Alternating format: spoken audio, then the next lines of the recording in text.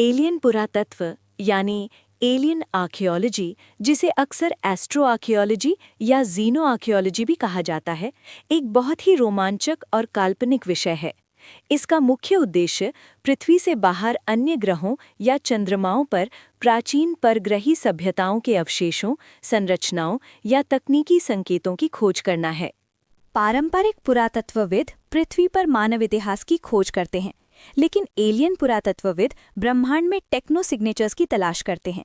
ये इस विचार पर आधारित है कि यदि ब्रह्मांड में कभी कोई उन्नत सभ्यता रही होगी तो उन्होंने अपने पीछे कुछ निशान जरूर छोड़े होंगे।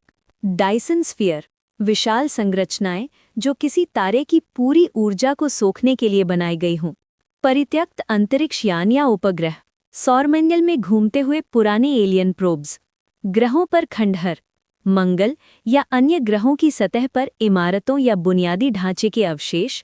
परमाणु कचरा, किसी ग्रह के वायुमंडल में असामान्य रेडियोधर्मी तत्व जो किसी औद्योगिक सभ्यता का संकेत दे सकें। मंगल, मार्स, यहाँ प्राचीन पानी के होने के प्रमाण मिले हैं, जिससे ये सबसे प्रमुख स्थान बन जाता है। चंद्रमा, मून, पृथ्वी के सबसे करीब होने के कारण यहाँ किसी प्राचीन विजिटर के निशान मिलने की संभावना तलाशी जाती है। क्षुद्र ग्रह, एस्टेरॉइड्स, वैज्ञानिकों का मानना है कि एलियन सभ्यताओं ने संसाधनों के लिए क्षुद्र ग्रहों का उपयोग किया होगा। अन्य सौरमंडलों तक पहुंचना वर्तमान तकनीक के साथ असंभव है। अक्सर अंतरिक्ष में दिखने वाली अजीबोगरीब आकृतियां प्राकृतिक चट्टानें होती हैं, जैसे मंगल पर दिखने वाला चेहरा, जिन्हें लोग गलती से एलियन संरचना समझ लेते हैं। समय का अंतराल, हो सकता है कि कोई सभ्यता लाखों साल पहले खत्म हो गई हो और अब उसके निशान मिट चुके हों। वर्तमान में हमारे पास किसी भी परग्रही सभ्यता का कोई ठोस पुरातात्विक प्रमाण नहीं है। यह अभी भी विज्ञान कथाओं, साइंस फिक्शन और सैद्धांतिक भौतिकी का हिस्सा है। हालांकि नासा और सेटी जैसे संस्थान लगातार अंतरिक्ष की निगरानी कर रहे हैं। ये अवधारणा इस तर्क पर आधारित है कि यदि कोई उन्नत सभ्यता हमसे हजारों साल आगे है, तो उन्होंने शायद खुद यात्रा करने के बजाय स्वप्रतिकृति करने वाले रोबोटिक प्रोब्स ब्रह्मांड में भेजे होंगे। यहाँ सौरमंडल में इनकी उपस्थिति से जुड़ी कुछ प्रमुख थ्योरीज और खोजें दी गई हैं।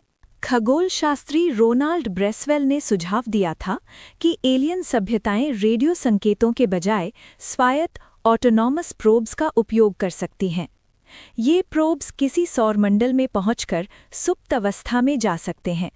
ये तब तक इंतजार करते हैं जब तक उस सौरमंडल की कोई सभ्यता एक निश्चित तकनीकी स्तर, जैसे रेडियो संचार तक न पहुंच जाए।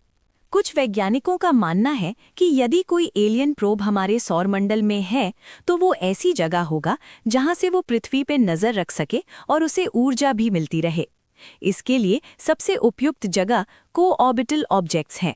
ये वे चट्टानें हैं जो पृथ्वी के साथ साथ सूर्य का चक्कर लगाती हैं।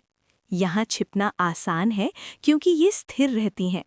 2017 में हमारे सौर मंडल से गुजरा ये पहला इंटरस्टेलर ऑब्जेक्ट था। हार्वर्ड के प्रोफेसर अवी लोएब ने तर्क दिया कि ये एक प्राकृतिक चट्टान नहीं, बल्कि एक लाइट सेल तकनीक वाला एलियन प्रोब हो सकता है। इसकी गति और चमक बहुत असामान्य थी।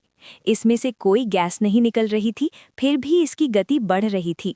वॉन न्यूमैन प्रोब्स, ये काल्पनिक मशीनें हैं जो अंतरिक्ष में मौजूद कच्चे माल जैसे क्षुद्र ग्रहों के खनिज का उपयोग करके अपनी खुद की प्रतियां बना सकती हैं।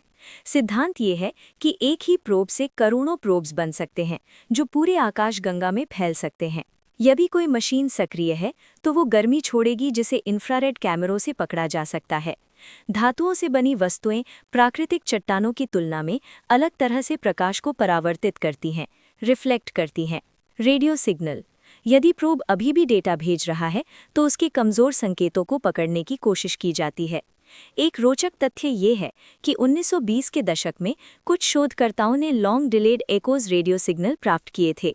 कुछ लोग आज भी मानते हैं कि वे चंद्रमा के पास स्थित किसी एलियन प्रोब द्वारा हमारी ओर वापस भेजे गए रेडियो सिग्नल थे। हमारी सौरमंडल में कुछ ऐसे चंद्रमा हैं जिनके ऊपर बर्फ की मोटी परत है, लेकिन नीचे विशाल महासागर हैं। यूरोपा यानी बृहस्पति का चंद्रमा, इसके बर्फीले समुद्र के नीचे प्राचीन जीवन के अवशेष मिलने की प्रबल संभावना है। एनसेलैडस यानी शनि का चंद्रमा, यहाँ से निकलने वाले पानी के फुवारों में कार्बनिक अणु पाए गए हैं। ब्रह्मांड की खोज मानवता की सबसे बड़ी उपलब्धि है, लेकिन ये अज्ञात के प्रति डर भी लाती है। आक्रमण की संभावना फिलहाल काल्पनिक लगती है, लेकिन इसने हमें ये सोचने पर मजबूर किया है कि हम अपनी पृथ्वी और अपनी प्रजाति को सुरक्षित रखने के लिए कितने तैयार हैं। खोज जारी रहनी चाहिए, लेकिन सावधानी और बुद्धिमानी के साथ। जहां विज्ञान खोज पर केंद्रित है, वहीं विज्ञान कथा साइफाई अक्सर परग्रही आक्रमण की भयावह तस्वीर पेश करती है। इंडिपेंडेंस डे और वॉर ऑफ द वर्ल्ड्स जैसी फिल्मों ने हमारे मन में ये विचार बैठा दिया है कि यदि कोई उन्नत सभ्यता हमसे संपर्क करती है तो वो शांतिपूर्ण नहीं होगी। ये थ्योरी सबसे ज्यादा चर्चा में रहती है। इसका मानना है कि किसी भी सभ्यता के विकास में एक ऐसी बाधा या फिल्टर आता है जिसे पार करना लगभग असंभव होता है।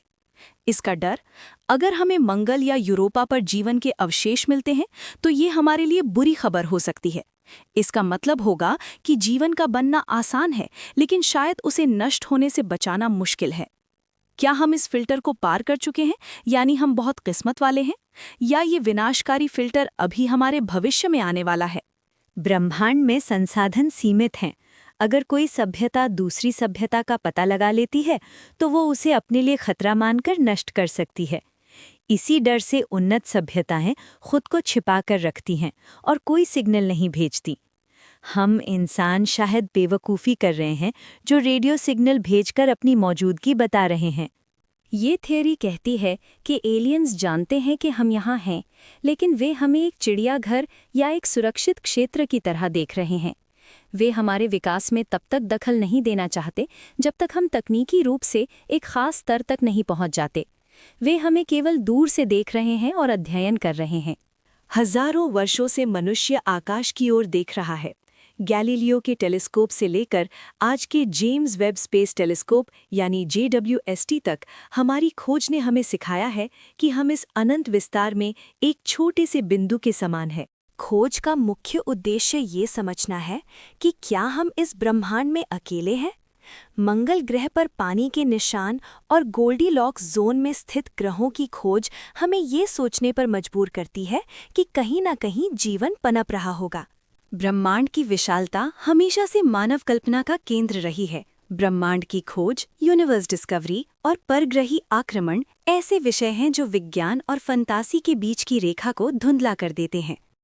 यदि वास्तव में कोई आक्रमण होता है तो मानव जाति के लिए ये अस्तित्व का संकट होगा।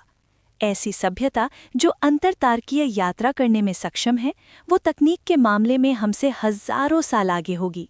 वैज्ञानिकों ने अब तक हजारों एक्सोप्लैनेट्स खोजे हैं, जिनमें से कुछ में जीवन की संभावना हो सकती है। यदि नियम इतने तरल हैं, तो वहाँ जीवन कैसा होगा?